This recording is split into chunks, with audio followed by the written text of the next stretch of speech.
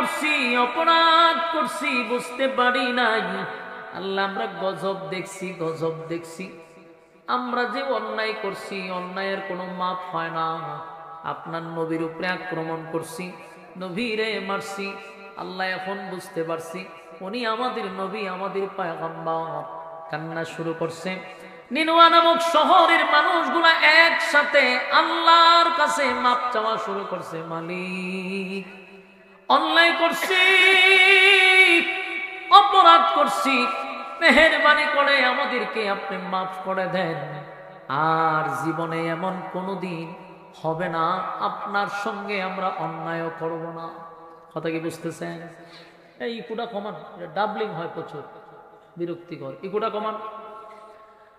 ইউনুস নবীর সমস্ত নিনুয়া নামক শহরের মানুষগুলা বলতে লাগলো, আল্লাহ এবার একটা সুযোগ দেন, আর কোনোদিন আপনার জমিনের দাঁড়াইয়া আপনার নাফরমানি করব না, আর আপনার নবীর সঙ্গে বেয়াদবি করব না, আর আপনার জমিনে তাইকে আপনার নাফরমানি চলবে না। আমরা আপনার উপরে ঈমান আনলাম। সবাই কালেমা পড়া শুরু করছে। 4 লক্ষ মানুষ কালেমা পড়ে তারা ঈমান আনলো নিজে নিজে। আর বলতে লাগলো, হায় কপাল, যদি আমাদের নবী ইউনুস থাকতো রে, আমরা ওনার হাতে গিয়া কালেমা পড়তাম, ওনার কাছে গিয়া মাপ চাইতাম, আমরা ওনাকে নবী হিসাবে মেনে নিতাম। কিন্তু কপাল আমাদের কতই না খারাপ, আমাদের নবী এখন আমাদের পাশে নাই। নিজেরা নিজেরাই কালেমা পড়তেছে, নিজেরা নিজেরাই আল্লাহর কাছে মাপ চাইতেছে। সেজদায় পড়িয়া কান্নার রুল ফলায়া দিছে রে। গোটা নিনুয়া নামক শহরে কান্নার রুল পড়ে গেছে। আল্লাহ ডাক দিয়া বলে, জিবরাইল, আমি আল্লাহর সিস্টেম হলো নাফরমান যেখানে নাফরমানি হয় সেখানে আমি গজব দেই, কিন্তু এখন আমি মালিক কাদের উপরে গজব দিব? সবাই তো আমার উপরে ঈমান আনছে, সবাই অতীতের গুনার উপরে লজ্জিত হয়ে গেছে, অতীতের পাপের উপরে তারা লজ্জিত। এমন জায়গায় কি আমি গজব দিয়া ধ্বংস করতে পারি? না, আমি গজব দিতে পারি না। জিবরাইল কালেমা পয়রা তারা ঈমান আনছে, সেজদায় পড়িয়া সমস্ত অপরাধ তারা স্বীকার করছে রে। এমন কি তারা বলছে আর কোনোদিন তারা পাপে লিপ্ত হবে না, মানুষের উপর জুলুম করবে না, মানুষের হক নষ্ট করবে না, গালি দিবে না, জেনা ব্যভিচার করবে না। আমি আল্লাহ সিদ্ধান্ত নিছি, গজব আমি উঠায়া নিব, গজব উঠায়া নিব। মানুষ যখন কান্না শুরু করে দিল, হঠাৎ করে তাকায়া দেখে আওয়াজটা কমে গেছে, আকাশটা কালো ছিল, আস্তে আস্তে পরিষ্কার হওয়া শুরু হয়েছে। সুবহান। তার মানে তারা গজব দেখছে, গজব দেখছে, গজব দেখছে, গজব দেখছে, কিন্তু তওবার কারণে, আল্লাহর কাছে মাপ চাওয়ার কারণে, ঈমান আনার কারণে গজব মালিক উঠায়া নিছে, গজব উঠায়া নিয়ে গেছে। এখন তারা নিজেরাও বুঝতে পারছে আমাদের কালেমা আমাদের মালিক গ্রহণ করছে। তাই তো আমাদের উপর থেকে আল্লাহ গজব উঠায়া নিছে রে। যদি গজব উঠায়া না নিত তাহলে বুঝতাম আমাদের কালেমা আল্লাহ কবুল করে নাই। আকাশ পরিষ্কার হয়ে গেছে, বিকট আওয়াজ বন্ধ হয়ে গেছে, সব মানুষ স্বাভাবিক হয়ে গেছে। কিন্তু ঘটনা হইল, ইউনুস নবী তো আছে আরেক শহরে। ইউনুস নবী কি শহরে না আরেক শহরে? তখনকার যুগে তো মোবাইলও ছিল না, খবরও যাইতে পারলো না। ইউনুস নবী জানে না যে তার শহরের মানুষ কালেমা পড়ে ঈমান আনছে। ইউনুস নবী জানে না যে আল্লাহ গজব দেয় নাই। ইউনুস নবীর ধারণা এতক্ষণে পুরা নিনুয়া নামক শহরটার আল্লাহ ধ্বংস করে দিছে। নিনুয়া নামক শহরের কোনো মানুষ আর বেঁচে নাই। এটা উনি অন্য শহরে এই জিনিসটা ভাবতে ছিল যে সব এতক্ষণে ধ্বংস হয়ে গেছে। কারণ ইউনুস নবী তো আর গায়েব জানতেন না। না গায়েব জানতো? এই নবীরা গায়েব জানতো না? আপনারা এখন জানেন, আর আমরা দেশের অনেককে কয় ফিররা বলে গায়েব জানে। ইউনুস নবী যদি গায়েব জানতো, নবীরা যদি গায়েব জানতো, তাহলে ইউনুস নবী আছে আরেক শহরে, ঘটনা ঘটার কথা নিনুয়া নামক শহরে, ঘটনা ঘটে নাই এই খবর তো ইউনূস নবী জানার কথা, কিন্তু উনি জানে না। উনি ধারণা নিছে শহর শেষ। তো 2-3 দিন চলে যাওয়ার পরে নিনুয়া নামক শহরের একজন লোক ওই ইউনূস নবী যে শহরে আছে এই শহরে গেছে। ইউনূস নবী চেহারাটা ডাইকা তারে ডাক দিয়া বলল, তুমি কোথার থেকে আসছো? নিনুয়া নামক শহর থেকে আসছো। ইউনূস নবী আশ্চর্য হয়েছে, ও কেন? এই শহর তো ধ্বংস হয়ে গেছে, এই শহর তো শেষ। আপনারা কে বুঝছেন? আমি খালি শহর থেকে আসলাম, শহর আগের মতই আছে, কোনো সমস্যা নেই। কিন্তু উনি কথা বলে নাই যে দেশের মানুষ সব কালেমা পড়ছে, এই কথা বলে নাই। ইউনূস নবী কথা শোনার পরে উনি আশ্চর্য হয়ে গেছেন, ঘটনাটা কি? আল্লাহ আমার নিজে কইল, দিন তারিখ ঠিক করে দিল, গজব আসবে, এতক্ষণে ধ্বংস হয়ে যাওয়ার কথা। কিন্তু এই লোক বলতেছে শহর ধ্বংস হয় নাই, আগের মতোই আছে। তাহলে আমি যে দিন তারিখ দিয়ে আসলাম, গজব দিয়ে আসলো না, আর আমি যদি এখন এই শহরে যাই, আমার তারা বাইরে মেরে নিব। কারণ যেই জাতির গজবের কথা বললেই আমার মারছে, এরা বিশ্বাস করতো না। আর আমি এখন দিন তারিখ দিয়ে আসার পরেও যেহেতু গজব আসে নাই, তাহলে এই শহরে গেলে আমার নিরাপদ নাই, আমার মেরে নেব। ওনার ধারণা এটা ঠিক ছিল, কারণ উনি তো আর জানে না যে এরা কালেমা পড়ছে। আমার কথা কি বুঝুন আপনারা? এরা কি জানে যে কালেমা পড়ছে? উনি ইউনূস নবী জানে না। তবে ইউনূস নবীর ধারণাটাও ঠিক, কারণ যদি গজব না আসতো আর এরা কালেমা না পড়তো, ইউনূস নবীর এরা মাইরা ফেলাইতো। হয়তো তুমি যে আমাদের এতদিন খালি ভয় দেখাইছো, দিন তারিখ ঠিক করছো, গজব আইলো না কেন? ইউনূস নবী কয়, না, সর্বনাশ, এই জাতির কাছে আমি আর যাব না। যেই জাতিরে 40 বছর দাওয়াত দিতে গিয়ে মাইর খাইলাম, গজবের ভয় দেখাইলাম, গজব আসবে আসবে ভয় দেখাইলাম, শেষ পর্যন্ত গজবের দিন তারিখ ঠিক করে দিলাম, গজব আল্লাহ দিল না, এদেরকে ধ্বংস করলো না। এখন যদি তাদের মাঝে আমি যাই, আমার মাইরা ফলাইব, এতে কোনো সন্দেহ নাই।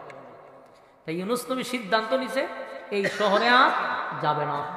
না, আমি আর যাব না, যাবে না, এটা পুরা সিদ্ধান্ত। কি করবে? আমি শহর ছাইরা, মোট কথাই দেশ ছাইরা মানে বিদেশ চলে যাবে। বলুন তো দেখি, সিদ্ধান্তটা কি আল্লাহ তাআলার না ওনার ব্যক্তিগত? এই সিদ্ধান্তটা ব্যক্তিগত, ব্যক্তিগত সিদ্ধান্ত। আল্লাহ হয় ওয়াজান্নুন মাসওয়ালা إذ ذهب مغاضبا فظن أن لن نقدر عليه فنادى في الظلمات। আল্লাহ বলেন, মাসওয়ালা মনে করছে তারে আমি পাকড়াও করব না, কিন্তু আমার রব মাসওয়ালাকে পাকড়াও করবে। ইউনূস নবী মনে করছে আল্লাহ আমারে ধরবে না, জিজ্ঞাসা করবে না, আমি দেশটা ছেড়ে বিদেশ চলে যাই, এই জাতির কাছে আমি আর যাব না। এটা ওনার ব্যক্তিগত সিদ্ধান্ত, আল্লাহর সিদ্ধান্ত না। এখনো জিব্রাইল ওনার কাছে আসে নাই, কোনো বার্তা পৌঁছায় নাই, কিন্তু এর ভিতরে উনি সিদ্ধান্ত নিয়ে নিছে। আল্লাহ মাছওয়ালায় মনে করছে তারা আমি ছেড়ে দিব। ওইখান থেকে মাছওয়ালার ঘটনা মনোযোগ দিয়ে শুনলেন। এখনো ঘটনা শুরু হয়েছে না, ঘটনা আরো সামনে, কিন্তু মাছওয়ালার ঘটনা আল্লাহ বর্ণনা করছে। আল্লাহ বলেন, মাছওয়ালা মনে করছে আমি তারে পাকড়াও করব না, কিন্তু মাছওয়ালাকেও আল্লাহ ছেড়ে দেয় নাই, ধরছে। মাছওয়ালা করছে কি? ইউনূস নবী তার 1-2 ছেলে আর ওনার স্ত্রী 3 জন আর উনি একজন 4 জন লইয়া দেশ ছাইরা বিদেশ যাবে সিদ্ধান্ত নিয়ে নিছে, রওনা দিয়ে দিছে। যেই রওনা দিয়া দিল, কিছু দূর যাওয়ার পরে মরুভূমি পার হওয়ার পরেই কিছু লোকেরা ওনারে ঘেরাও করছে, ঘেরাও করে বলেছে, ঘেরাও করে বলতেছে যে আপনার বিবিটাকে আমাদেরকে দিয়ে দেন। নাউজুবিল্লাহ। আপনি চলে যান, বাচ্চা কাচ্চা নিয়ে চলে যান, কিন্তু এই মহিলা এই রাস্তা দিয়ে যেতে পারবে না, এটা আমাদের সর্দারের নির্দেশ। ওনার বিবির আটকায় দিছে। ওনার বিবিও বলছে যে স্বামী আপনি চলে যান, আমাকে আপনি আল্লাহর জিম্মায় ছেড়ে দেন। বলুন, কার জিম্মায়? ইউনূস নবী দেখলো যে যতই চেষ্টা করি আর আমার বিবিকে আমার কাছে দিবে না, বিবি রাখিয়া উনি চলে গেছে। বলুন, পাকড়াও শুরু হয়েছে নি? কথা হয় না। ওয়াজান্নুন মাসওয়ালা কি মনে করছে? পাকড়াও করবে না, মাছওয়ালা মনে করছে আমি তারে পাকড়াও করব না, কিন্তু আমি তারে পাকড়াও শুরু করছি। এই মাছওয়ালারে ছেড়ে দেয় নাই, ব্যক্তিগত সিদ্ধান্ত নিয়া দেশ সাইরা এবার বিদেশ যাওয়ার সিদ্ধান্ত নিছে। বিবির আটকাই দিছে মাছ রাস্তায়, মাছ রাস্তায় বিবির আটকাই দিছে। এবার ওনার 2 সন্তান লইয়া আবার রওনা দিছে।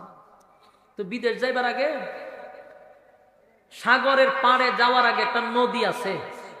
এই নদীটা এত বিরক্ত লাগতো যে সাউন্ড হরনটা দিয়ে দিছে একবার এখানে মাথার সামনে, ডাবলিং হয় বারবার। আমি কি কই আমি নিজে বুঝি না। ইউনুস পয়গম্বর উনি যখন সামনে আরো যাওয়া শুরু করছে সাগরের পাড়ে যাওয়ার আগে, আপনার কাছে বিরক্ত লাগে না হুজুর? আমি সুন্দর মতো বলেছি ডাবলিং হয়। আচ্ছা আপনারা বুঝেননি হয়তো হয়েছে, আমার বিরক্ত লাগলো, অসুবিধা নেই।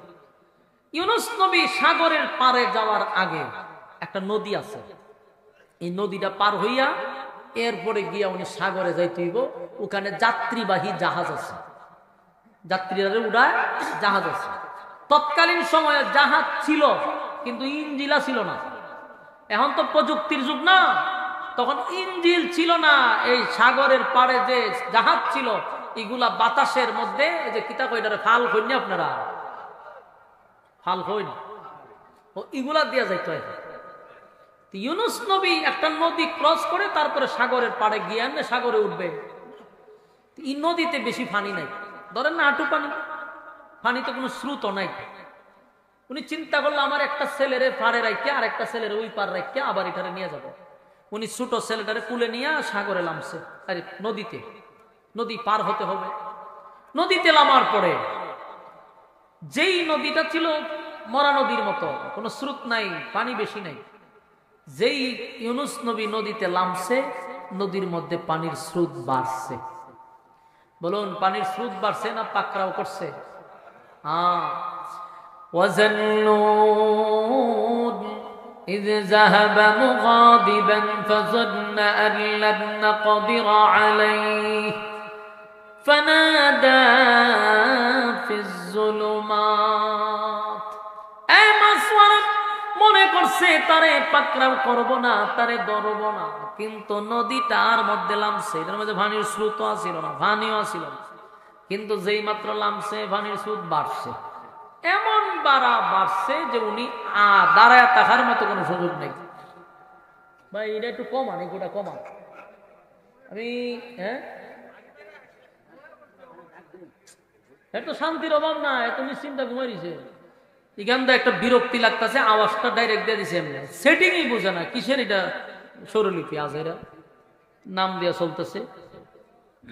বসেন লইরেন না, কখনো মাছওয়ালার ঘটনা গেছি না, খুব বিরক্ত লাগতেছে আওয়াজটা আমার কাছে, ডাবলিং হয়। এখন আসুন, এই নদীতে পানি নাই, স্রোত নাই, যেই মাত্র নামছে পানির স্রোত বাড়ছে।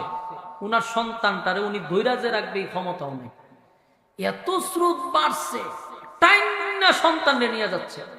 এক পর্যায়ে ইউনুস নবীর হাত থেকে তার ছোট সন্তানটা ছুটে গেছে। ইন্না লিল্লাহি ওয়া ইন্না ইলাইহি রাজিউন, ছুটে গেছে।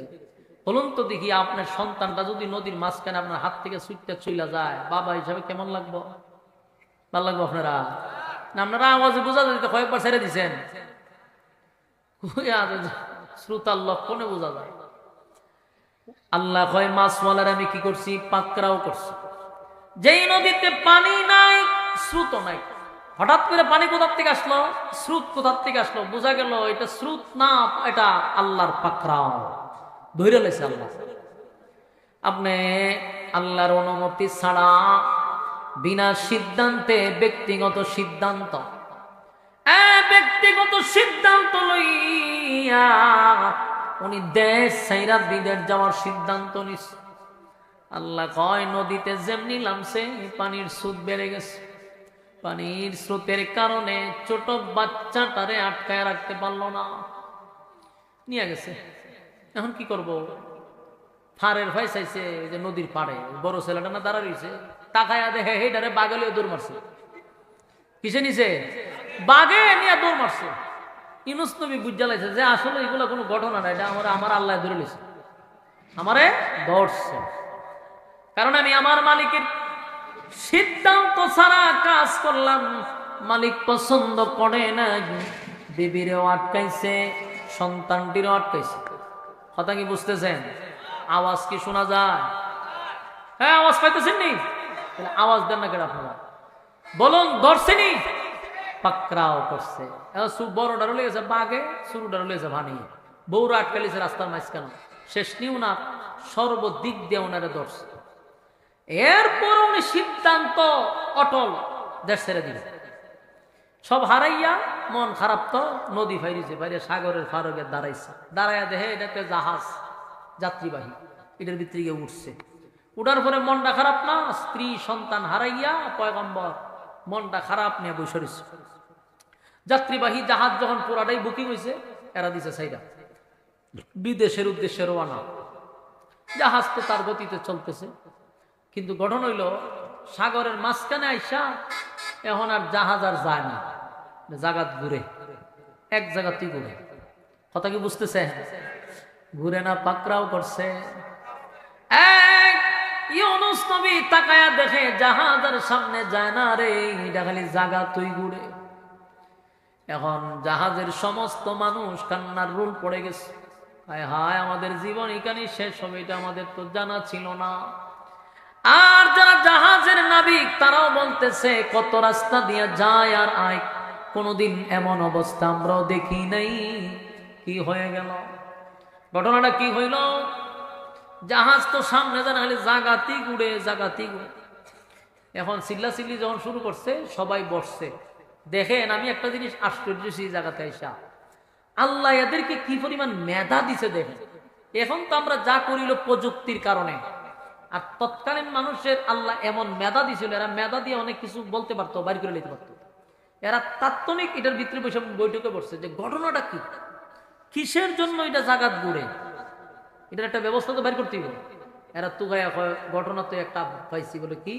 বলে নিশ্চিত এই জাহাজের ভিতরে কোন গুলাম মালিকের অর্ডার ছাড়াইছে। আপনার এলাকার যদি সুবহানাল্লাহ তাহে তুলে হইতে পারে। আচ্ছা, আপনারা এটি কোন সময় কোন ঠাডা ওটা বললে কেউ মারা গেলে আমি জানি না, তো হইতে তো পারে। কারণ আমরা যেখানে কইবারি কেন ফল না তুলে বোঝা গেল অন্য জায়গা লাগান নাকি সুবহানাল্লাহটা। কি আজীব অবস্থা হচ্ছে। এর মাথা দেখছেন না, বাড়ি করলো কেমনে? হয় নিশ্চিত কোন গোলাম তার মালিকের অর্ডার ছাড়াই কেন উঠছে, এই জন্য জাহাজের সামনে যেন খালি জাগাত ঘুরে বাড়ি করে লিখছেন। সুবহানাল্লাহ, ঘটনা বাইর করলো কেন? ইউনূস নবী তো মনে মনে বুঝে রেছে, রে এই গোলাম তো আমি তো সেই পাকড়া গোলাম, ভাগ্যাইছি আমি মালিকের অর্ডার ছাড়া আসছি। ইউনূস নবী এখন এরা সিদ্ধান্ত নিছে কি জানেন? নৌকার মানুষ হয় এখানে কে আছো গোলাম যে মালিকের অর্ডার ছাড়া ভাগ্যে আসছো, তুমি নিজে নিজে স্বীকার করার নাইলে আমরা দইরা ইটাল ফেলাই দেব। ইউনূস নবী হাত তুলছে, অন্য করে ফালানির কোনো দরকার নাই, আমি সেই গোলাম যে মালিকের অর্ডার ছাড়া আসছি। সুবহানাল্লাহ। যেই তারা এই কথা বলছে, সবাই মিল্লা ইউনূস নবীর দিকে তাকায় আছে, এক দৃষ্টিতে তাকায় আছে, ডাইনে বামে তাকায় না। ঘটনা কি জানেন? এরা দিককে ওনার আশ্চর্য গেছে, এত সুন্দর লোক। কারণ উনি তো নবী, নবীদের চেহারা কি সবার মতো? আল্লাহ যেই যুগে যেই নবী পাঠায় ওনার চেয়ে সুন্দর আর কাউরে বানায় না। সুবহানাল্লাহ থাকলে কইতে পারে, ওইখানে সুবহানাল্লাহ আছে, কইেন মাঝে মাঝে কইেন। এখন আপনি চিন্তা করেন, উনার চেহারা তো সুন্দর, সুন্দর চেহারা, বডি সুন্দর, দেহ সুন্দর, বানাইছে তো নবী হিসাবে। এরা সবাই তাকায় কয় আস্তা করলে কি তখন আপনি এরকম সুন্দর মানুষকে আর গোলাম হয়? এরা যেই গোলাম ভাবতেছে, ইউনূস নবী আবার এই গোলাম ভাবতেছে। এরা ভাবছে যে কোন বাড়িতে কাজ করতো কোন গোলাম, এটা মালিকের অর্ডার ছাড়া আয়া জাহাজে উঠছে। কিন্তু উনার চেহারার মধ্যে তো গোলামের কোনো চাপ নাই, এবং এই পুরা জাহাজের মধ্যে সবচেয়ে সুদর্শন চেহারা হলো ওনার। এরা কয় সর্বনাশ, এমন সুন্দর সুরতের মানুষরে যদি আমরা ভুল ক্রমে ইডাল দিয়ে ফালাই দিয়ে সাগর, জাহাজ তো এখন ঘুরে উপর দিয়া, উনারে ফালাইলে এটা নিচে দেখে যায়। আমরা এই ভুল করতে রাজি না, এই ভুল করতে আমরা রাজি না। চিন্তা করেন ওখানে এরা কি করবে? ইউনূস নবী বারবার কইতেছে, দেখো তোমরা ভুল করতেছো, আমি ঠিকই আছে, আমি গোলাম। না না না, সর্বনাশ, এরম সুন্দর চেহারার লোক গোলাম হয় কেমনে? না না না না, সর্বনাশ, এটা হয় না, আপনি ভালো মানুষ, আপনার মতো একটা ব্যক্তির যদি আমরা ফালাই দেই তাহলে আমরা আর অস্তিত্ব থাকবে না। ভুল এমনি একটা হইছে আর একটা হইল। এরা আর ইউনূস নবীর কথা শুনে না, এরা তালাশ করতেছে যে আর কোন গুলাম আছে, কিন্তু গুলাম তো পায় না। শেষে একটা সিদ্ধান্ত নিছে। সিদ্ধান্ত কি জানেন? যে সবার নাম লিস্ট করো, জাহাজের যত যাত্রী আছে সবার নাম লেখো, এই নাম দিয়ে আমরা লটারি দিব। লটারিতে যার নাম উঠবো এরা আতফাও দূরে ইদাল ফেলা গেল, তাহলে জাহাজ ঘুরবে। সিদ্ধান্ত নিছে। আবার ঘোষণা দিছে যার নাম লটারিতে উঠবে সে নিজের এই বিষয়টা মাইনা নিতে হইবে। কারণটা তোমার কপালের দোষ, কিছু করার নাই। তুমিও মাইনা নিতে হবে যে হয় এটা আমার কপালের দোষ, একজনের লেগে তো আমরা সবাই মরতে পারি না। তো যার নাম উঠবো রেডি হয়ে যাইব গা, ইডাল আমরা ফেলাই দিব। মানুষের ভিতরে একটা আতঙ্ক শুরু হয়েছে, যায় হাই রে খান নাম উঠবো রে, আর খেয়ে মাছের খাবার হইব, এই চিন্তায় মানুষ হাই উল্লাস শুরু করে দিছে। তো এরা লটারি লয়ে বসছে, বইজন লটারি টান দিছে, প্রথম নাম হয়েছে ইউনূস নবীর নাম। এরা সবাই একজনের ভাই একজনের চায় হয়, ঘটনা কি উজুরে বাঁচাইতাম যায়, উজুরের নাম দেয় পড়ে। তখন কয় না, এটা ভুলে আছে, এই নাম আওয়ার কথা না, উনি গুলামও না, আর এই নাম আওয়ারও কথা না, ভুল হয়েছে। আবার মার লটারি আবার দিছে, কিন্তু আবারও ইউনূস নবীর নাম আছে। এরপরও কয় ভুল হয়েছে, আবার মার। 3 বার দিছে ইউনূস নবীর নাম, 3 বার 4 বার, এমন কি বলা হয়েছে 9 বার পর্যন্ত দিছে নাম ইউনূস নবীর নাম। 9 বার গিয়ে এরা থামছে। থামা হয় বহু চেষ্টা করছি আমরা বাঁচাইবার, কিন্তু আর বাঁচাইতে পারলাম না। এই শেষবার দিতেছি 10 বার, যদি উঠে আপনি রেডি, তখন আমরা ভালাই দেবো আপনার। 10 বার যখন উঠছে না, হুজুর আল্লাহ রাস্তায় মাফ করে দিন, কিতা করবেন, আমরা বহুত চেষ্টা করছিলাম যে আপনারা বাঁচাইবার, আমরা যে অপরাধী এটা এখন বুঝতে পারছি। ধর হুজুরের হাত ধরছে, দইরা ইডাল দিয়া ফালাই দিছে সাগর। ইউনূস নবীর কই ফালাইছে? সাগরে ফালাই দিছে। সাগরের পানিতে পড়বার আগেই বড় এক মাছ আইয়া ইউনূস নবীরে গিলা ফেলাইছে। যেই মাছে গিলছে ওই মাছরে আবার আরেক মাছে গিলা লাইছে পেটের ভিতরে। 2 মাছের পেটের ভিতরে চলে গেল ইউনূস পয়গম্বর। ওয়াজান্নুন إذ ذهب مغاضبا فظن أن لن نقدر عليه فنادى في الظلمات أن لا إله إلا أنت سبحانك إني كنت من الظالمين। এই এলো মাছওয়ালার ঘটনা। আল্লাহ কয় মাছওয়ালা মনে করছে আমি তারে পাকড়াও করব না, পাকড়াও করব না, কিন্তু আমি মাছওয়ালারে পাকড়াও করছি ব্যক্তিগত সিদ্ধান্তে। দেড় সাইরা বিদেশ যাবে, আল্লাহ ওনারে ধরছে। আর মাছওয়ালা যখন ফেডের ভিতরে গেছে মাছে, আল্লাহ আবার এখানে একটা ঘোষণা দিছে, এ মাছ ফেডের ভিতরে নিছত, ভালো কথা, হজম করতাম না। সুবহানাল্লাহ। আমার ইউনূস মাছের পেটের ভিতরে গেল, কিন্তু তাকে হজম করার কোনো ক্ষমতা আমি মাছরে দেই নাই। মাছের পেটের ভিতরে যাওয়ার সাথে সাথে ইউনূস নবীও বসে থাকে নাই, উনিও বুঝতে পারছে আমার মালিক আমারে পাকড়াও করছে। আল্লাহর পয়গম্বর বইলা ডাক দেয়। আশ্চর্য হয়ে গেল। আশ্চর্য হওয়ারই কথা, কারণ ইউনূস নবী উনি 40 বছরে ওনারে কেউ আল্লাহর নবী বলে ডাক দেয় না। তাকায়া দেখে একজন মাছওয়ালা ব্যক্তি চাষ করে, মাছ ধরে, বাজারে বিক্রি করে, এটাই তার কাজ। এমন একটা ব্যক্তি ডাক দেয়, হুজুর বেয়াদবি মাফ করবেন, আপনি আল্লাহর একজন পয়গম্বর। সুবহানাল্লাহ। ইউনূস নবীর চোখ দিয়ে পানি চলে আসছে। 40টা বছর কালেমার দাওয়াত দিলাম রে, কেউ আমারে নবী বইলা ডাক দিল না, আমার আল্লাহর পয়গম্বর বলে ডাক দিল না। কেমনে জানলি আমি আল্লাহর পাঠানো একজন পয়গম্বর? এই লোকটা কয়, হুজুর আমি জানি না, আমারে জানাইছে। সুবহানাল্লাহ। আমি জানি না, কিন্তু আমারে জানাইছে আপনি আল্লাহর পয়গম্বর। হুজুর একটু আসেন আমার বাড়িতে। ইউনূস নবীরে লইয়া এই লোক তার বাড়িতে গেছে। গিয়ে ইউনুস নবীরে বসাইছে, হুজুর বসেন, বসলো। কিছুক্ষণ পরে তাকায়া দেখে ওই মাছওয়ালার সাথে ওনার যে ছোট বাচ্চাটা নদীর পানিতে স্রোতে নিয়ে গেছিল, এটার সামনে না খারাপ করছে। সুবহানাল্লাহ আসেনি? আচ্ছা কোন তো দেখি, হারানো জিনিস যদি আপনি ফিরা পান কেমন লাগবে? আবার নিজের সন্তান হারায় গেছে, আশা ছাইরা দিচ্ছেন যে মরে গেছে গা, এখন যদি সন্তান আবার আপনার সামনে আসে, বাবা কি নিজেরা কন্ট্রোল করতে পারবো? ইউনূস আলাইহিস সালাতু ওয়াস সালাম সন্তানের দিকে তাকাইয়া আশ্চর্য হইয়া বলে, এটা আমার কলিজার টুকরা ছোট সন্তান, কোথায় পাইলি রে? হুজুর আমি পাই নাই, আমার কাছে একজন দিয়া গেছে। আর বলছে এটা আল্লাহর পয়গম্বরের সন্তান, এই আমানত যেন খেয়ানত না হয় আপনার কাছে পৌঁছায়া দেওয়ার জন্য বলা হয়েছে।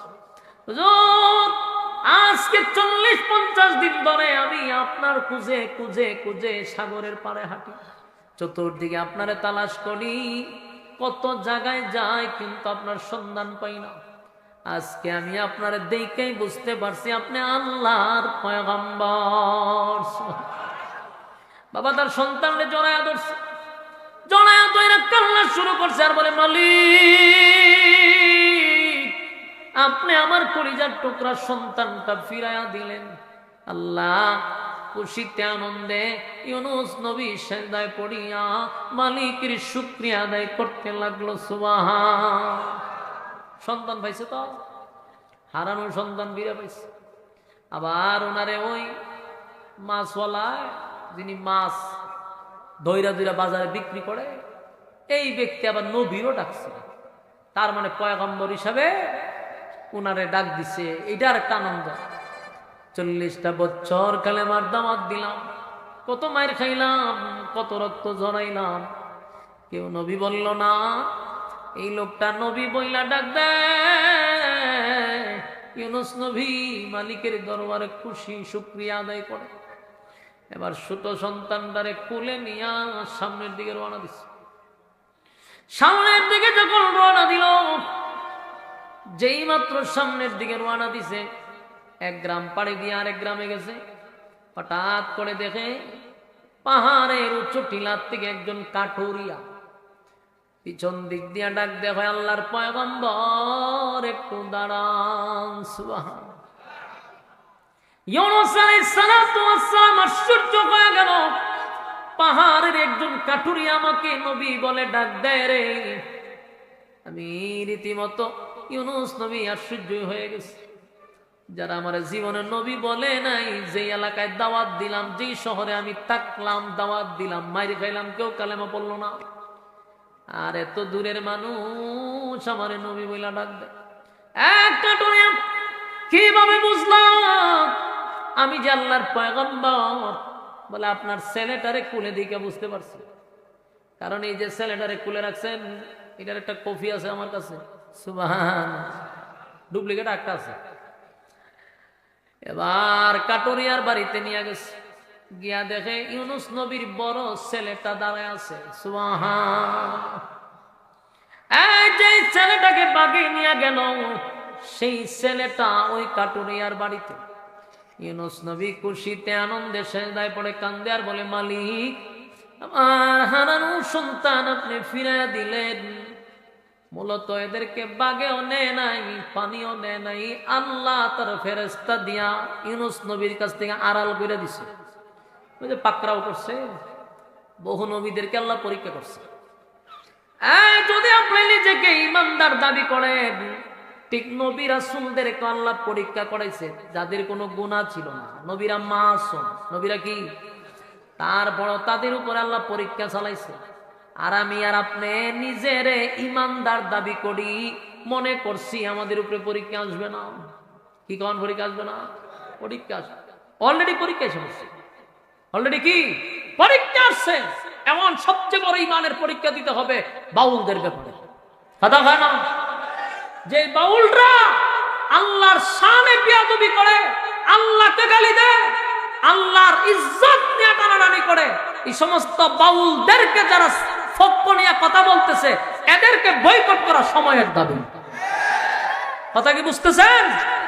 এদেরকে বয়কট করা সময়ের দাবি। আমার একটা প্রশ্ন আপনাদের কাছে, ভাই, এটা তো আমার ইমানের প্রশ্ন। এটা কি? ইমানের প্রশ্ন। আমার আল্লাহ এবং রাসূলকে নিয়ে গালি দিবে, আর আমি সুবহানাল্লাহ তাসবিহ জপব, মাথায় টুপি লাগাইয়া মসজিদে যাইব, এটা আমার দায়িত্ব না?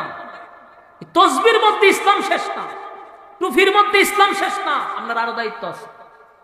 সুফিগিরি দেখান, মনে করছেন আমি তো 5 ওয়াক্ত নামাজ পড়ি, আল্লাহকে নিয়ে গালি দেয়, রাসূলকে নিয়ে গালি দেয়, আপনার শরীরের মধ্যে জজবাই ওঠে না, বুঝবেন আপনি ইমানদার না, আপনার ইমানের সমস্যা আছে, আপনি মুনাফিক। কিসের মুসলমান হইছেন? আমার বাবারে গালি দেন, আমারে গালি দেন, বুঝে নিব ব্যক্তিকে গালি দিছেন, কিন্তু আপনি আল্লাহ এবং রাসূল নিয়ে কথা বলবেন আর আমরা এটা উত্তর দিব না। এটা বাংলাদেশ না, এটা কোন দেশ? বাংলাদেশ না? বাংলাদেশে 96% মুসলমান বসবাস করে। আপনারা যদি মনে করেন যে 1% বাউলের পক্ষ নিয়ে আপনারা কথা বলবেন, তাহলে 96% মুসলমান আপনাদেরকে লাল কার্ড দেখাবে, লাল কার্ড। এটা মাথায় রেখেন। আপনারা লাল কার্ড দেখবেন যদি 96% মুসলমানের দেশে 2% না 1% বাউলদের পক্ষ নিয়ে কথা বলতেছেন, 18 কোটি মুসলমানদের কলিজায় আঘাত দিচ্ছেন আপনারা। ভাই, বুঝতাম এটা রাজনৈতিক বিষয়, এটা রাজনৈতিক বিষয় না, এটা আল্লাহ এবং নবীর প্রশ্ন। আমার নবীর বিরুদ্ধে কথা বললে যেই দলে বলবে সেই দলের মুখে আমি তুতু মারতে নিক্ষেপ করব।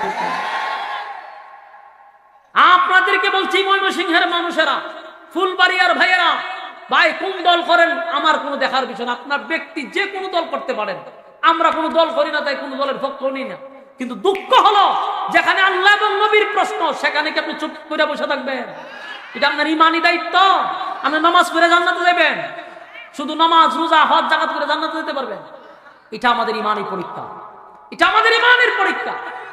আমরা স্পষ্ট বক্তব্য দিছি, যদি এই বাউল নামক ফাউলের দৃষ্টান্তমূলক সর্বোচ্চ শাস্তি না দেয় আর কোনোভাবে যদি লগিং করে তাকে ছাড়ানো হয়, বাংলাদেশে দ্বিতীয় আরেকটা ঘটনা ঘটবে ইনশাআল্লাহ। এটা ইমানের হেফাজতের জন্য প্রয়োজনে লক্ষ যুবক নবীর জন্য আল্লাহর জন্য জীবন দিতে প্রস্তুত থাকবে। কিন্তু এইভাবে তো হতে দেওয়া যায় না। 16 বছর সহ্য করছি। মজিবের বিরুদ্ধে সকালে কথা বললে বিকাল বেলা দেখতেন এরে কবর দিয়ে উফরে ফুল গাছ লাগাই দিছে, মাইরা লিছে, মাইরা একটা উফরে ফুল গাছ লাগাই দিছে। কারণ মজিবের বিরুদ্ধে কথা বলা যাবে না, নেতা, বড় নেতা, কথা বলা যাবে না। বিএনপির তারেক জিয়ার বিরুদ্ধে আপনি এখন খালি একটা গালি দিয়ে দেখেন, আপনি বাজার দিয়ে বাড়ি যাচ্ছেন না, আপনার আড্ডি গুটি সব প্রমাণ করে নেবেন। তাহলে আমার নেতারে গালি দিলে আপনার কষ্ট লাগে, মজিবরে গালি দিলে কষ্ট লাগে, তারেক জিয়ারে গালি দিলে কষ্ট লাগে, আমার আল্লাহরে গালি দিলে বুঝে আপনারা কষ্ট লাগে না? হ্যাঁ, আপনারা যদি কষ্ট না লাগে নিজের মুসলমান দাবি করেন কেন? মালুম পরিচয় দিয়ে চলবেন দেশে, অসুবিধা কি? আল্লাহরে গালি দিলে যদি কষ্ট না লাগে, কিসের মুসলমান আপনি? মুসলমানের নাম দিয়া দিয়ে মুসলমানের বুট কালামাই করবেন, লাল কার্ড দেখাইব, লাল কার্ড জাতিরা। স্পষ্ট বক্তব্য দিয়ে দিলাম, কারণ এটা কোনো দলের বিষয় না, এটা আমার ইমানের বিষয়। ইমানের জন্য যদি দল ছাড়তে হয় দল ছাড়বেন, অসুবিধা কি? মিয়া যাররা পরিমাণ ইমান লয়েও যদি কবরে যান তাও তো জান্নাত পাবেন কোনো একদিন, আর যদি বেঈমান হইয়া কবরে যান অনন্তকাল জাহান্নামের আগুনে জ্বলতে হবে। আমি আমার জায়গা থেকে আপনাদেরকে বার্তা দিয়ে গেলাম, এই সমস্ত বাউলদের ব্যাপারে কেউ আপোষ করবেন না। আপনারা এর বক্তব্যটা শুনছেন, কত নিকৃষ্ট ভাষায় আল্লাহর শানে বেয়াদবি করছে। শুধু একটা না তো, এখন তার অনেক অপকর্ম বাড়িতেছে। সূরা নাস নিয়া পর্যন্ত সে গালাগালি করছে। আল্লাহ বলল কি, হারে অর্থ তুলল কি?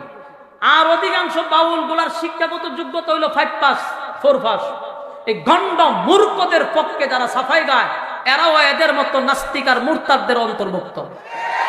আজকে সমস্ত সুশীলরা নাস্তিক এই বাউলদের পক্ষে চলে গেছে। আরে ভাই, যখন দেখবেন নাস্তিকরা বাউলদের পক্ষ নেয়, তখন আপনি বুঝতে হবে যে এখানে কোনো গন্ডগোল আছে। কারণ সুশীল, নাস্তিক, মুরতাদ আর বাউল সব এক সুতায় বাঁধা, এগুলো সব গুড়া হইল এক জায়গা। এই জন্য আমাদের দায়িত্ব হলো, এটা আমাদের ইমানি পরীক্ষা।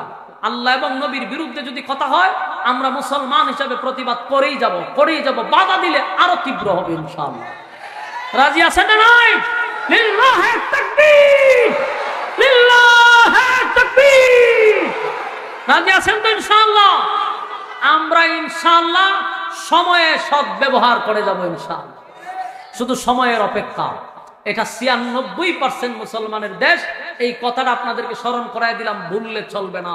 একটা মানুষ নামাজ পড়তে পারে না, এটা তার ব্যর্থতা। রোজা রাখতে পারে না, তার ব্যর্থতা। আল্লাহ এবং নবীর তরিকা চলতে পারে না, তার ব্যর্থতা। কিন্তু আল্লাহ এবং নবীর বিরুদ্ধে আপনি গালি দিয়া দেখেন, যে এই লোকটা নামাজ পড়ে না, এই লোকটা আপনার আড্ডি উড্ডি ভেঙে ভেঙে নেবেন, কারণ এটা তার ইমানের প্রশ্ন। তাই আমরা আল্লাহ এবং নবীর ব্যাপারে কাউকে আপোষ করতে রাজি না। রাজি আছেন? সম্মানিত সুধী, দেখেন প্রত্যেকটা মানুষের পরীক্ষা আসবে। নবীদেরকেও আল্লাহ পরীক্ষা থেকে বাদ দেয় না। ইব্রাহিম আলাইহিস সালামকে কতগুলো পরীক্ষা দিল, দাউদ পয়গম্বর সহ যত নবী, আমাদের নবী রাসূল সহ সবার উপর পরীক্ষা আসছে। দাওয়াত দিতে গিয়ে রক্তাক্ত হয়েছে। বলুন পরীক্ষা আছে না নাই? আল্লাহ এক আয়াতে বলেন, আমিনু কামা আমানান নাস, তোমরা ঈমান আনো ওই মানুষদের মতো যারা ঈমানের পরীক্ষায় উত্তীর্ণ হয়েছে। তাহলে অবশ্যই প্রত্যেকটা মুমিনের জন্য ঈমানের পরীক্ষা আছে না নাই? এটা আমাদের পরীক্ষা।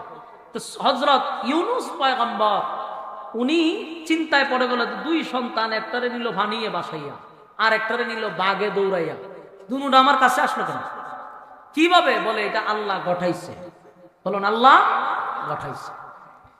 ইউনূস পয়গম্বর আল্লাহর কুদরতি পায়ে সেজদায় করে কান্না শুরু করছে।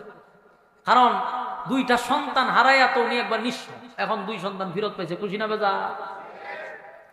ইউনূস আলাইহিস সালাম চিন্তা করল, আমার মালিক আমার সন্তান ফিরাইয়া দিছে, আমার বাপ হিসাবে খুশি না বেজা? দুই সন্তানরে কাঁধে লইয়া বাবা হাঁটতে হাঁটতে ওই নিনুয়া নামক শহরে যাইব, পুরা প্ল্যান নিছে। রাস্তার মধ্যে গিয়া আবার কিছু যুবকরা ওনার আটকেছে। আটকে, হুজুর আমরা আপনার মাফ করুন, আর আমরা লোক একটু সামনে চলো। ইউনূস নবী, ঘটনা কি? এটা তো আমার বউর আটকাইছিল, তোরা আমার সামনে এসে করে কয় না, আপনি আমরা একটু বাঁচা। আমার মালিক আমাদের ধরে লাগছে। মাছের পেটের ভিতরে ইউনূস নবী চলে গেছে। ইউনূস নবীর সাথে সাথে সাথে সাথে মালিকের শরণাপন্ন হয়ে গেছে। মাছের পেটের ভিতরে যাওয়ার সাথে সাথে উনি বসে রয়েছে না, সাথে সাথে বলতে লাগলো, লা ইলাহা, পড়েন, ইল্লা আনতা সুবহানাকা ইন্নী কুনতু মিনাজ জালিমিন। লা ইলাহা ইল্লা আনতা সুবহানাকা ইন্নী কুনতু মিনাজ জালিমিন।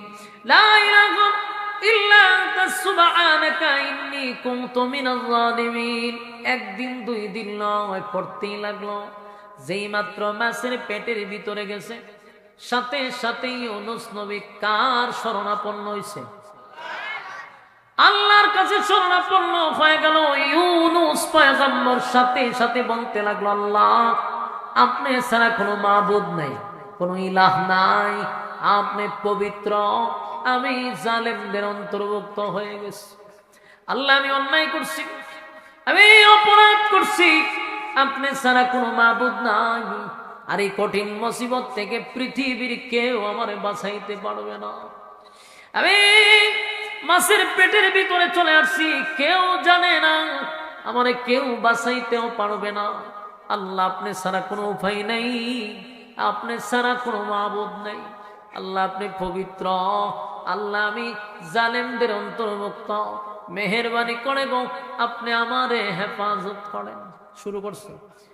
একদিন দুই দিন নয়, মাছের পেটের ভিতরে টানা 40 দিন। কয়দিন? কথা হয় না। এখন উনি মাছের পেটের ভিতরে গিয়ে ঢুকিয়ে গেছে, মা গো বাবা গো হয়ে চিল্লা দিছে। কি কইছে?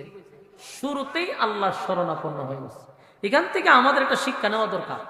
আমরা মুসিবতে পড়লে বাবারে ডাক মারি, মারে ডাক দেয়, নাহলে ভিড়রে ডাক দেয়, নাহলে ল্যাংটারে ডাক দেয়, নাহলে জড়ারে ডাক দেয়, ঠিক নেই? এই লেডা ল্যাংটা জড়া বাদ দিয়া শরণাপন্ন হইতে হবে আল্লাহ। মুসিবতে পড়লে আল্লাহ শরণাপন্ন হইতে হবে। আপনি যে মনে করেন মুসিবতে পড়ছেন, না আল্লাহরে না ডাক দিয়া বাবারে ডাক দিছে, বাপ না ঘুমা, রাইতে 2টার সময় বিপদে পড়ছেন, এখন ডাক দিলে কি বাপি উনবো নি? কই আছে? ঘুমায় গেছে। আর আল্লাহ বলেন 24টা ঘন্টার একটা সেকেন্ড আমার ঘুম নেই। আল্লাহর কি ঘুম আসেনি মনে করো? তন্দ্রা আসেনি? ঘুমও নাই, তন্দ্রাও নাই। লা তাখুযুহু সিনাতুন ওয়ালা নাওম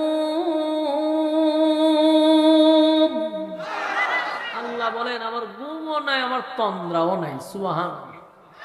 শরণাপন্ন হইতেই বা আল্লাহ। ইউনূস নবীর সাথে সাথে ডাইন বাম নাই, ডাইরেক্ট আল্লাহর উপর শোনো, আল্লাহ আপনি স্যার আর এখন আমার উপায় নেই, আল্লাহ আপনি স্যার আর উপায় নেই। যেমন আমরা অনেক সময় দেখছেন না, কই লাই লাইলাম তো জলিমিল লাই করতেই আল্লাহ আপনি স্যার উপায় নেই, আল্লাহ আপনি স্যার আর কোনো উপায় নেই। ইদানিং মানুষ বিপদে বললে ঠিকই কয় আল্লাহ আপনি ছাড়া কোনো উপায় নাই। ইউনূস নবীও মাছের পেটের ভিতরে গিয়ে আল্লাহরে ডাকা শুরু করছে। মাছের পেটের ভিতরে ইউনূস নবীর কি ঘটনার ভিতরে আরেকটা ঘটনা পাইছে। একদিন দুই দিন নয়, মাছের পেটের ভিতরে উনি ছিলেন প্রায় 40 দিন। 40 দিন এই সূরা, এই আয়াতটা লা ইলাহা ইল্লা আনতা সুবহানাকা ইন্নী কুনতু মিনাজ জালিমিন। এই সূরা পড়ছে রে, এই আয়াতটা পড়তে ছিল সূরা ইউনূস। এই ইউনূস আলাইহিস সালাতু ওয়াস সালাম দোয়া ইউনূস নামে এই আয়াতটা পরিচিত। আমরাও মুসিবতে পড়লে কই দোয়া ইউনূস পড়ো। ইউনূস নবী পড়তে লাগলেন। আল্লাহ রাব্বুল আলামিন বলেন, ইউনূস আমারে একদিন দুই দিন নয় 40 দিন পর্যন্ত ইউনূস আলাইহিস সালাতু ওয়াস সালাম একই কথা বললেন, আল্লাহ আপনি ছাড়া উপায় নাই, আপনি আমাকে বাঁচান, আল্লাহ আপনি ছাড়া কোনো উপায় নাই, আল্লাহ আপনি এক অদ্বিতীয়, আপনার কোনো শরীক নাই, আল্লাহ আপনি পবিত্র, আমি জালিমদের অন্তর্ভুক্ত। দোয়া করতেছি। আল্লাহ বলেন, আমি ইউনূসের দোয়া শুনছি, ইউনূস আমার কাছে সাহায্য চাইছে, আমি ইউনূসের কথা শুনছি। শুধু তাই নয়, কঠিন থেকে কঠিন মুসিবত থেকে আমি তারে উদ্ধার করছি। সুবহানাল্লাহ। আল্লাহ বলেন, ফাস্তাজাবনা লাহু ওয়া নাজাইনাহু মিনাল গাম।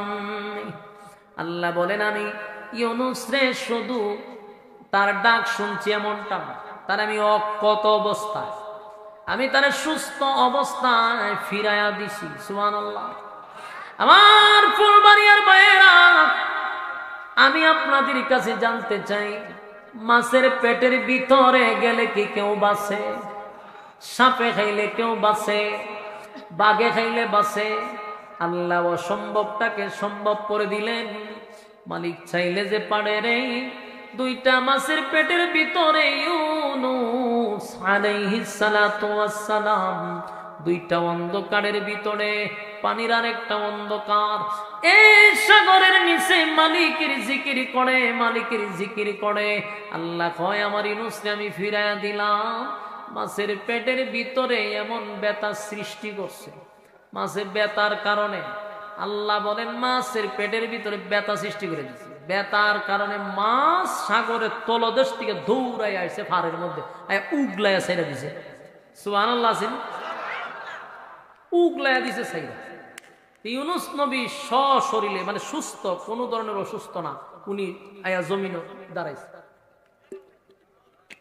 কিন্তু প্রশ্ন হইল, মাছের পেটের ভিতরে যদি একটা মানুষ থাকে, শ্বাস প্রশ্বাস বাতাস তো পায় নাই, যার জন্য উনি 40 দিন থাকার কারণে কিছু দুর্বলতা ওনার মধ্যে ছিল, উঠতে পারছেন না, দাঁড়াইতে পারতেছেন না। উনি একটা জায়গায় শুয়ে আছে, মরুভূমির বালুর মধ্যে শুয়ে রয়েছে, নদীর পাড়ে, সাগরে। আল্লাহ সেখানে দুইটা খেজুর গাছের ব্যবস্থা করছে,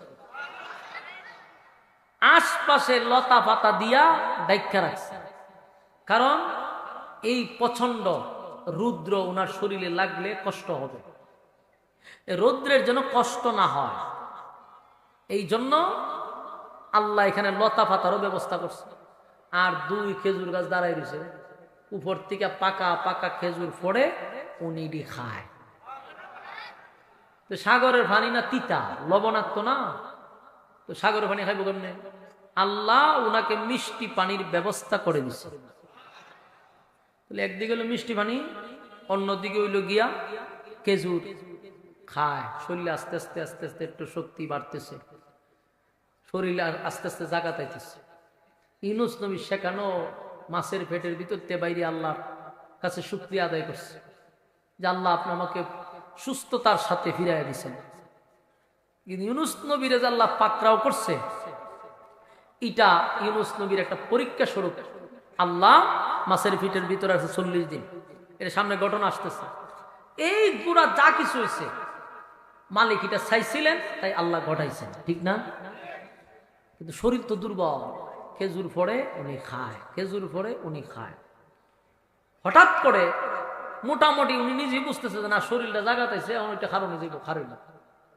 প্রথমে শুকরিয়া আদায় করছে, কইরা চিন্তা করলো যে আমি যে ভুলটা করছি এখান থেকে আমাকে শুধরাতে হবে।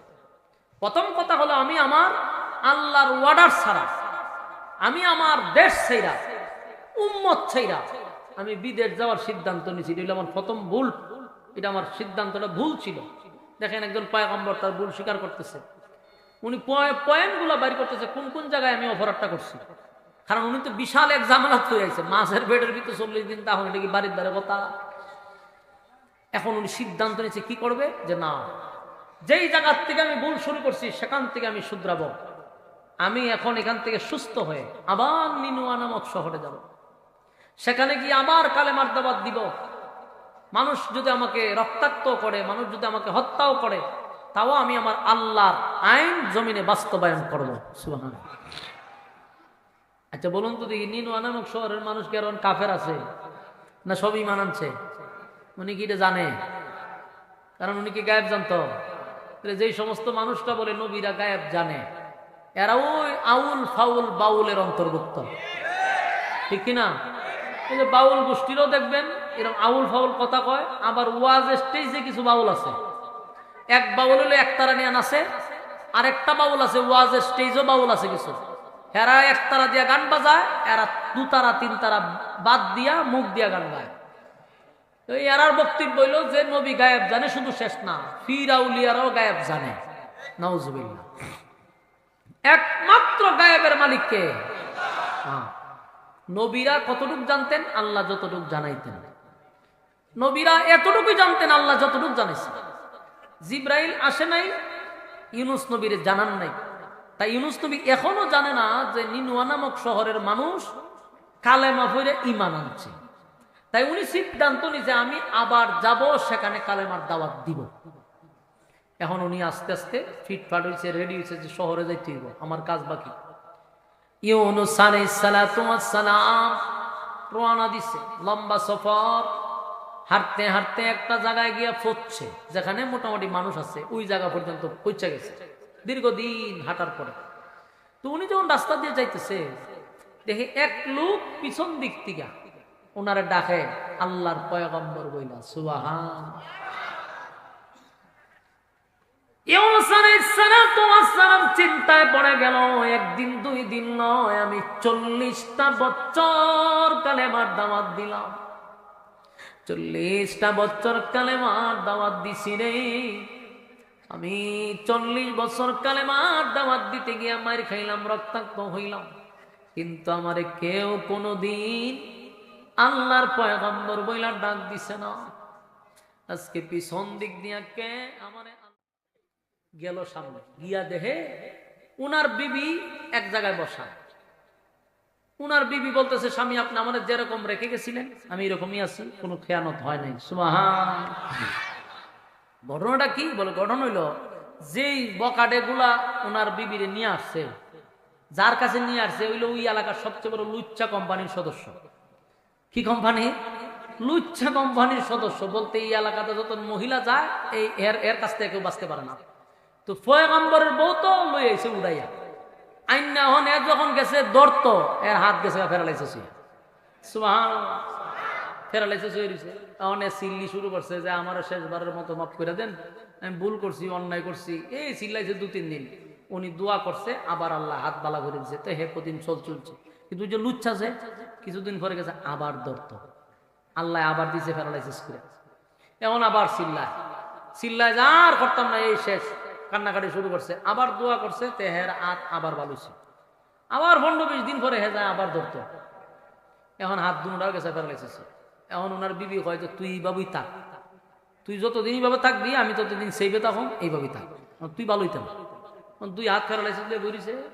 ওই যেদিন ইউনুস নবী আইছে এদিন কয় যে আমার লাগে একটু দোয়া করেন, আমার 8টা জন ভালোই জায়গা, আর জীবনে লুচ্চামিও করতাম না, আর আমি আপনার কাছে হাত দুইটা কালেমা করে ঈমান আনবো। সুবহান।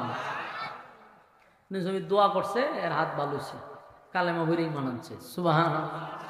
তাহলে 2 সন্তান ফিরত পাইছিনি, কথা হয় না? সন্তান 2টা ফিরত পাইছে, আবার বিবিও ফিরত পাইছে। বলুন তো দেখি এখন কেমন খুশি? সুবহান, খুশি না বেজা? হারানো জিনিস ফিরত পাইছে, সন্তান পাইলো কলিজার টুকরা 2 জন ফিরত, স্ত্রীটারে হারাইছিল সেটাও পাইলো ফিরত। এর ভিত্তিতে যে কত ঘটনা ঘটে গেছে এটি আর স্ত্রী সন্তান এখনো বলে নাই, ঘটনা তো চলতি আছে। এখন স্ত্রী এবং সন্তান লইয়া রওনা দিছে, ওই নিনুয়া নামক শহরে যাইব। উনার ধারণ হইল গিয়ে আবার কালেমার দাওয়াত দেওয়া শুরু করব, ঠিক না? ইউনূস আলাইহিস সালাম সিদ্ধান্ত নিল, আমি এখন গিয়া তাদেরকে আবার কালেমার দাওয়াত দিব, যেখান থেকে ভুল করছিলাম সেখান থেকে আবার শুধরাব। নিনুয়া নামক শহরে ওনার স্ত্রী এবং সন্তান লইয়া যেই মাত্র উনি শহরের ভিতরে ঢুকে গেছে রে, চতুর্দিক দিয়া মানুষ উনাকে যখন চিৎকার শুরু করছে, তাকায়া দেখো আমাদের নবী আমাদের কাছে ফিরত আসছে, সুবহানাল্লাহ। নিনুয়া নামক শহরের মানুষ চিৎকার দিয়া বলে, তাকায়া দেখ,